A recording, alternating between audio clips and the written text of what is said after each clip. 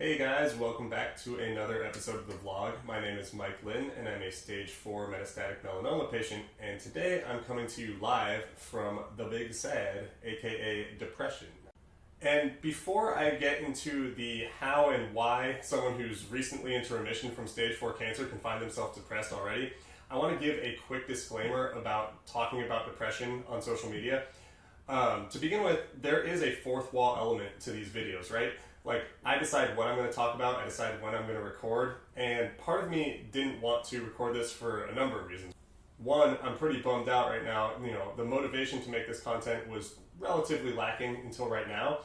And two, I don't want this to be a woe is me video. I'm not trying to just reach out for sympathy, which at some point maybe I'll need that, and maybe I'll make that video.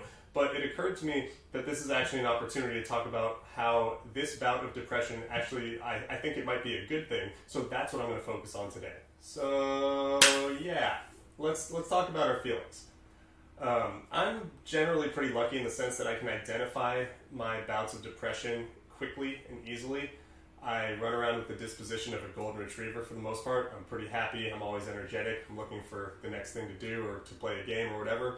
And when I do get depressed, it's pretty evident. I sleep a lot, I don't have a lot of energy, I become antisocial, and for the last week or so, these things have been creeping up on me, and then for the last few days, it was really obvious that something was wrong.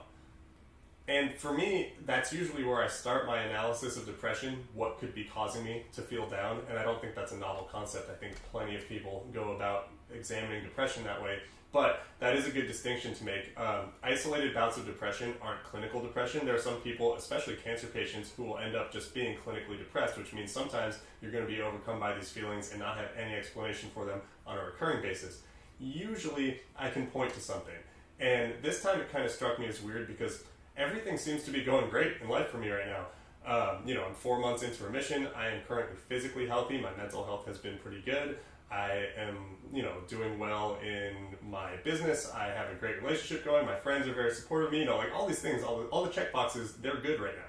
So yeah, as I slept and moped and shut myself in from the world and ate my feelings and journaled and did all the other shit I've been doing to try and figure this out, I came to 2 small conclusions and 1 larger one. The first small conclusion, which is kind of paradoxical, is that maybe the line drive happiness that I've had, the mania and the euphoria of being in remission for 4 months, that might just be wearing off, and all of a sudden there's some contrast.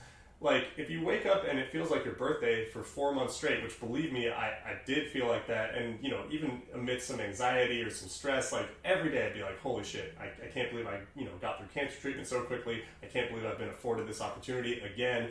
And so if that wears off one day, which it's inevitable, you're probably going to feel pretty down about things. So that point just exists because it's true. That is what's happening. I've woken up feeling pretty crappy the last few days, whereas the last 4 months I've had this skyrocketing mental health and or euphoria that I described. But that might be more of a trailing indicator than a leading indicator. I might be noticing that because of something else. I don't think I'm depressed just because I woke up depressed.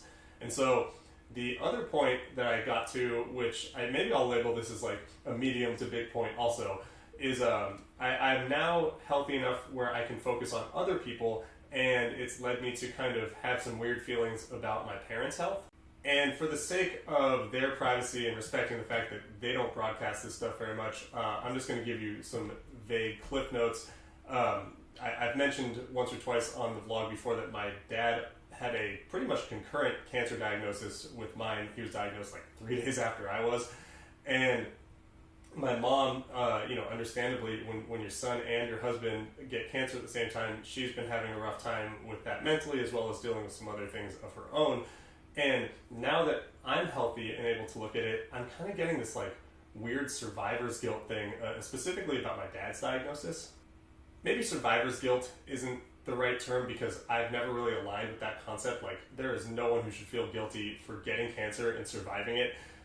Maybe it's more now that I have the bandwidth to give my emotional energy to other people, I'm starting to see patterns in his treatment and his mental health process that I have fallen into a couple times, given that I've been through it twice. And I don't know if there's anything I can actively do. I don't think talking about it on the vlog is helping. My parents watch this, so hi, Mom. But, I don't know can do other than tell, you know, the person you care about, like, hey, you know, you're going to go through these things. It's almost inevitable. But, you know, he's been complaining about some fatigue in his treatment, which, again, you can't talk your way out of that. And some of the, like, the stress of the long-term treatment stuff, it just builds up. And again, there's probably nothing you can do about that. You know, talking with other people helps, so I try and make an effort to call him and talk to him, you know, as much as I can. And I live, you know, a few hundred miles away, which is accessible, but it's also been relatively inconvenient, especially as I've been dealing with a cancer diagnosis and the aftermath of it. I still have to look after myself a little bit, so my time is spent more at home than anywhere else these days. But, you know, that popped up as something that could really be stressing me out. And as I'm sitting here talking about it and getting kind of worked up about it, I think that is a viable candidate for causing my depression currently. But what this leads me to believe is that these are good things, and that's going to take me to my final bigger point. The biggest takeaway for me, the like aha moment, and probably the reason I'm sitting here talking about it right now, is that I think this stretch of depression can be attributed to a normalization of my emotions. And honestly, that's all I can ask for as a chronic cancer survivor and someone who is trying to reclaim a portion of their life as normal post-cancer. Like I've said a number of times in my videos, we're not going to be the same people that we were before cancer. You know, the events of our lives change who we are, and if we don't adapt to them, we're going to struggle. And we can only work with what's put in front of us. But the version of myself that I'm trying to be is someone who is balancing being a stage 4 cancer patient and still, you know, maintaining a healthy life physically, a healthy life mentally, like whatever I can take out of the good fortune I've had in my outcomes, I want to try and, you know, express that for as long as possible. And a healthy range of emotions in anybody, cancer patient or otherwise, includes bouts of depression, includes being stressed about external factors like our parents' health or anything else that we're dealing with. And so, to me, the fact that I am able to feel this now, after maybe just like burying my head in the sand and being like, fuck it, we have 4 months of unbridled joy or whatever, you know, the fact that I'm now starting to have a well-rounded base of emotions, to me that's huge. And like, you know, I hope I pull out of this soon. And in fact, I say this most videos, talking to the camera and knowing that I'm able to express my emotions to people who have sympathy and empathy for it, it makes me feel pretty good. I mean, this is currently kind of my alternative to therapy, and every single time I make a video, it helps. So thanks for watching. Thanks for being my free therapist. But, you know, the fact that I am able to have this low, it means that I'm going to be able to, again, contrast the highs with this now. Or not. Maybe this extends. Maybe this depression isn't going to end just because I made a video about it and acknowledged that it existed, and maybe this is just a step. I think that's another thing that we have to admit, is that our mental health and our emotional health and our physical health, these aren't linear things. They aren't exact sciences. But it strikes me as more normal that I'm starting to get all the feelings in my life rather than just pretending that things are going to be perfect forever, because I don't think that's healthy.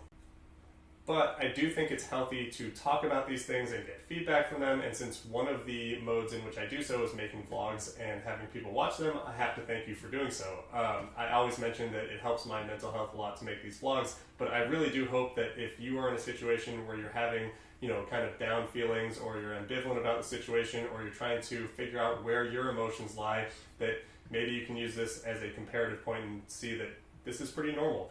I'd like to think that I am generally a happy dude and that depression is infrequent for me, but it happens to all of us. So I'm going to sign off here because this was more of just a get this off my chest and let you guys know where I'm at. But I really do appreciate the eyes on the vlog. If you want to like this video or subscribe to my channel, it always helps to broaden the conversation.